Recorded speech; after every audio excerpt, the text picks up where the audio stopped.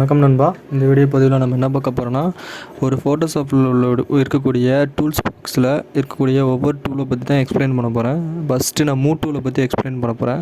நீங்கள் Photoshop open பண்ணி tools box செக்ஷனில் போங்க. அதில் இந்த டூல் அப்படிங்கிற இடத்துல நீங்கள் கிளிக் பண்ணிங்கன்னா உங்களுக்கு அந்த ஷார்ட்கட் நேம் காமிக்கும்.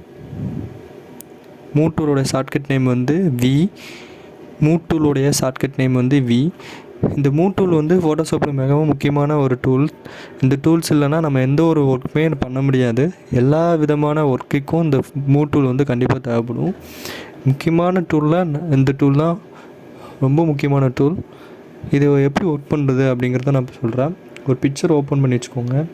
Ctrl+O கொடுத்து டாக்குமெண்ட் ஃபைல் ஓப்பன் பண்ணி ஒரு பிக்சர் நான் ஓப்பன் பண்ணிக்கிறேன்.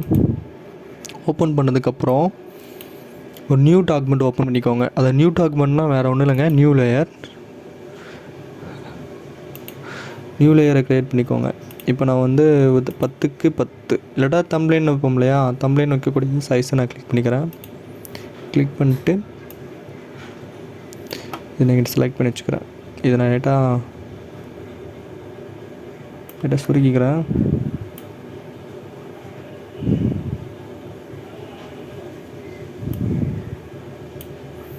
சரி இருக்கட்டும், ஓரமாக தானே இருக்குது.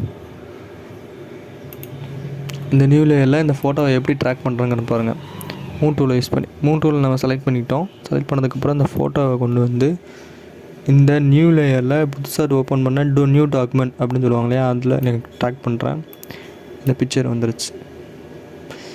இந்த பிக்சரை மறுபடியும் இங்கே ட்ராக் பண்ணும்போது அந்த பிக்சர் மறுபடியும் வந்துருச்சு. மறுபடியும் இந்த பிக்சரை இங்கே ட்ராக் பண்ணுறேன்.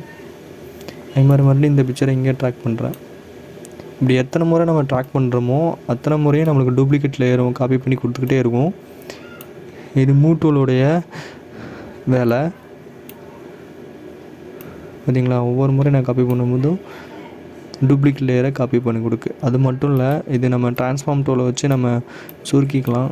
அது எப்படிங்கிறத பார்க்க அதுக்கு முன்னே இந்த இடத்துல ஷவ் த பவுண்டிங் பாக்ஸ் அப்படி இருக்கு இல்லையா, அந்த பாக்ஸில் நம்ம செலக்ட் பண்ணியிருந்தால் மட்டும்தான் நம்ம இந்த மாதிரி பாக்ஸ் காமிக்கும், இல்லைன்னா காமிக்காது.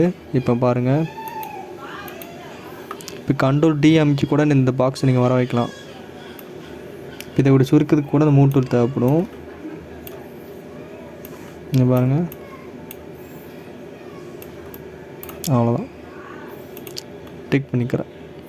இதுதான் டூலோடைய வேலை. அடுத்த வீடியோவில் நான் லேசர் டூலை பற்றி எப்படி பண்ணலாம் அப்படிங்கிறத பார்க்கலாம். இந்த வீடியோ பிடிச்சிருந்துச்சுன்னா லைக் பண்ணுங்கள், கமெண்ட் பண்ணுங்கள், சப்ஸ்கிரைப் பண்ணுங்கள்.